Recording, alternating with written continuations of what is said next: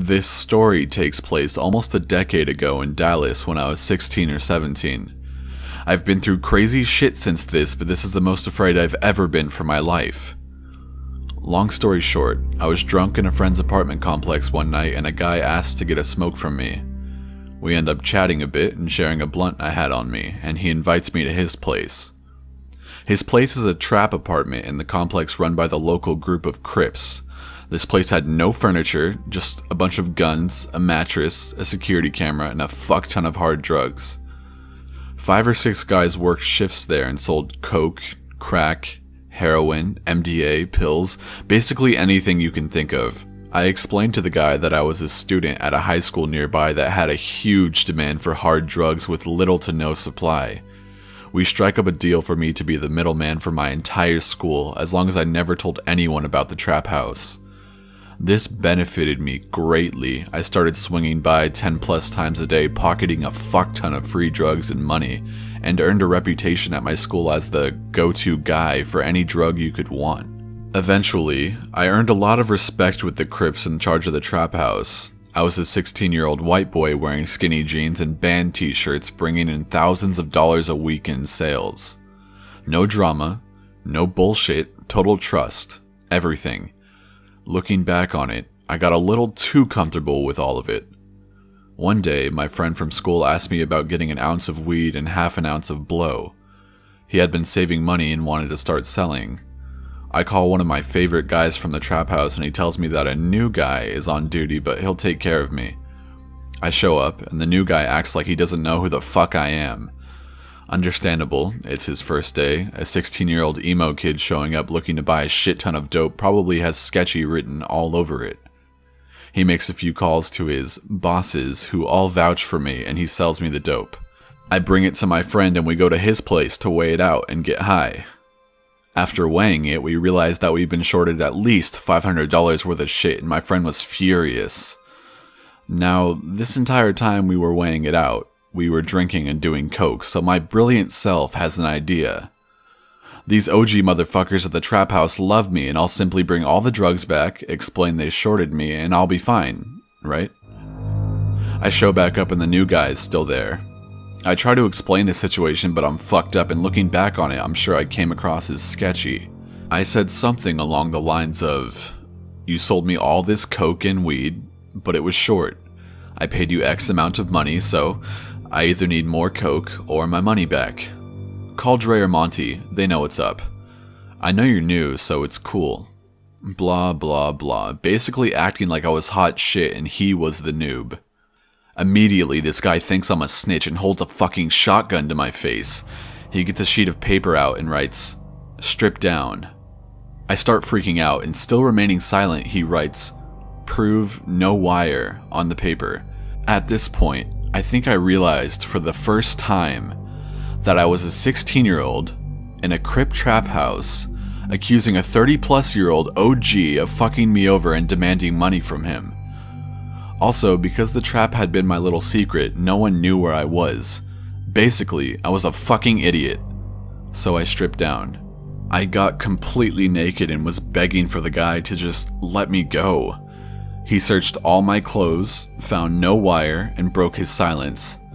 Everything becomes a blur at this point, but I remember him screaming and threatening me, telling me I needed to learn my place, telling me he could kill me and hide my body where it would never be found, etc.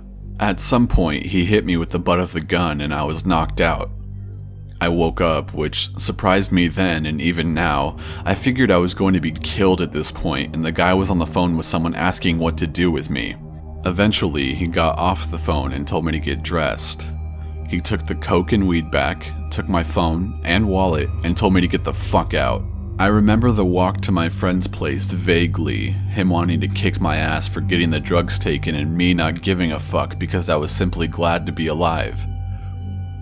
Later that week, I tried to call one of my old main guys from the trap to figure out what the fuck happened and all the lines were disconnected.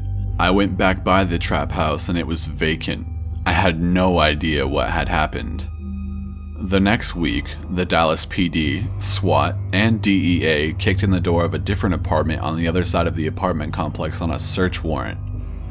The man inside was holding a shotgun when they kicked in the door and was killed by the police. I recognized his picture in the news as the guy that held me at gunpoint and made me strip down. His name was Carlton. He also had a 4-year-old daughter. I found out later that the police had the trap on their radar and the Crips knew it. I think they brought in a new crew, figuring that they would clean out the snitch, hence the guys I had never seen before being there during all of this. I think eventually they figured out it was a customer working undercover, and then cue my sketchy ass coming in all entitled and acting stupid with the new guy, and I arguably could have been killed. I have a lot of stories of crazy shit like this happening, but this is truly the closest I think I've ever been to losing my life.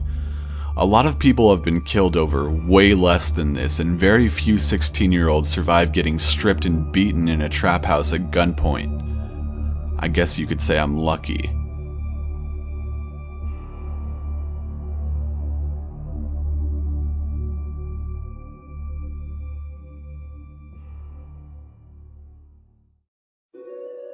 Alright, so my friend, we'll call him X, and I were looking for some blow.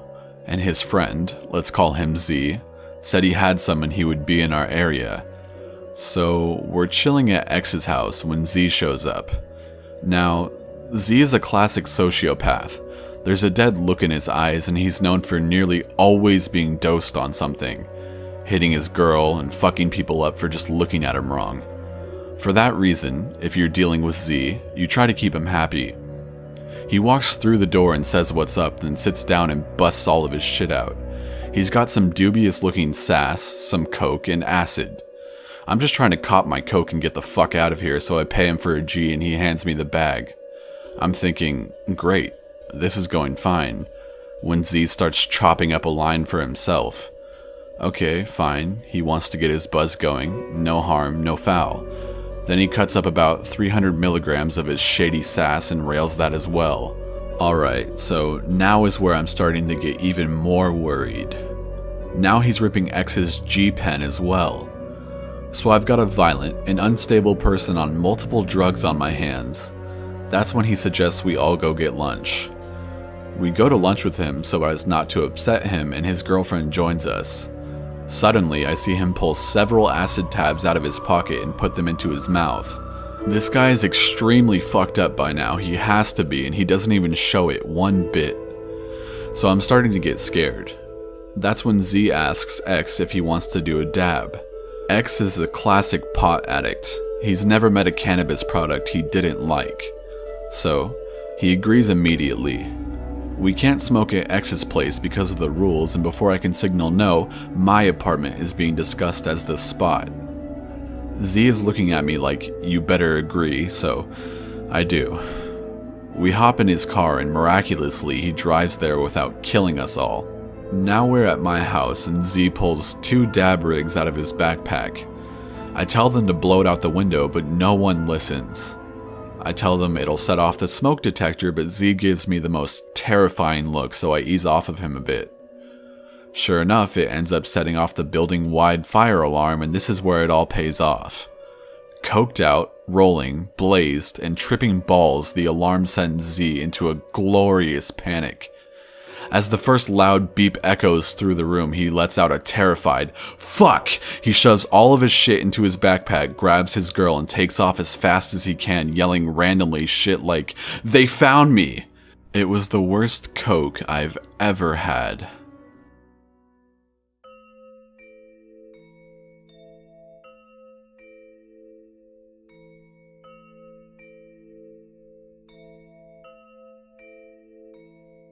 I'm at a music festival with my friends and it's the morning of day 2 sitting at camp. We were looking for some Molly and my friend comes back to camp telling me he found a guy. I walk over and we discuss buying around 5 grams. The first sign this was fucked up was we got 3 grams loose and the rest in caps to make up the difference. Otherwise, it seemed okay. Didn't know a friend had a test kit back at camp, so we test out our hundreds of dollars worth of drugs. It's fucking fake as shit. This is where the adventure begins. So now, me and my buddy split up and run through the campgrounds trying to find this guy as we knew he was just walking around selling all day. We didn't find him, but ran into some guy claiming to have the best Molly around. We told him our situation and he basically said we were dumb for buying from black people. I know, that's weird, it doesn't even make sense. I got his number and said if I get my money back I would hit him up and test it before purchase. I run into another guy and he tells us the same thing after we explained our story. Don't buy drugs from black people. What the fuck? Whether or not this is true, we never thought about it before. This guy, I find out, actually works at the festival and I started freaking out since we just told him about getting ripped off and buying a shit ton of drugs. Turns out, this dude not only works there but sells dose. And not just enough to buy, I mean sheets on sheets of it. He feels bad for us and offers to sell us a discounted sheet so we can make our money back. I thankfully had enough cash to cover that, and when I paid him, he opened up the bag with 20 to 30 sheets in it and said, "Take your pick." Possibly one of the coolest drug purchases I have ever been involved in. So now, the main goal is to split up and rid all of this dose as fast as possible to make our money back.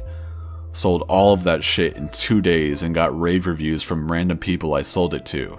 Nothing like seeing a guy smiling on dose and have him come up to you and thank you for the tabs. The day after, my friend finds the fake Molly guy and makes a fucking scene demanding our money back. The guy offers him more fake Molly but just insists we get cash back.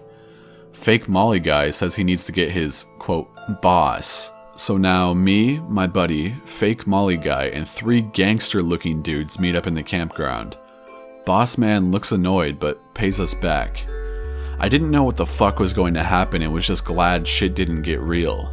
So now we have our money back, and the money from selling dose, so I text the guy from before who said he has the best stuff. We meet up with him, test out shit, and I knew I wanted it right then. So I get my stuff and pay him. He stops me and says, "These are fake.